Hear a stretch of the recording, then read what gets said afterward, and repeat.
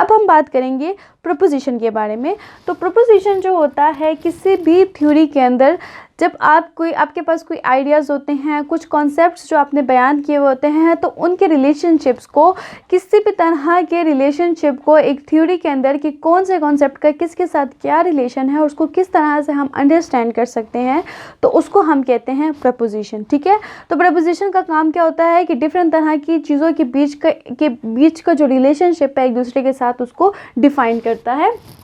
अब प्रपोजिशन क्या है? A statement of relationship between concepts. ये एक रिलेशनशिप है कॉन्सेप्ट्स के बीच में। ठीक है, तो जो कॉन्सेप्ट्स आपने बताए हैं, कुछ आइडियाज़ आपने दिखाए हैं, कुछ बेसिक आइडियाज़ हैं, तो उनके बीच का जो रिलेशनशिप है वो प्रोवाइड करता है, ऐसी स्टेटमेंट देता है। And it can expressed as statements, paradigms and figures and builds a deeper understanding that how it works.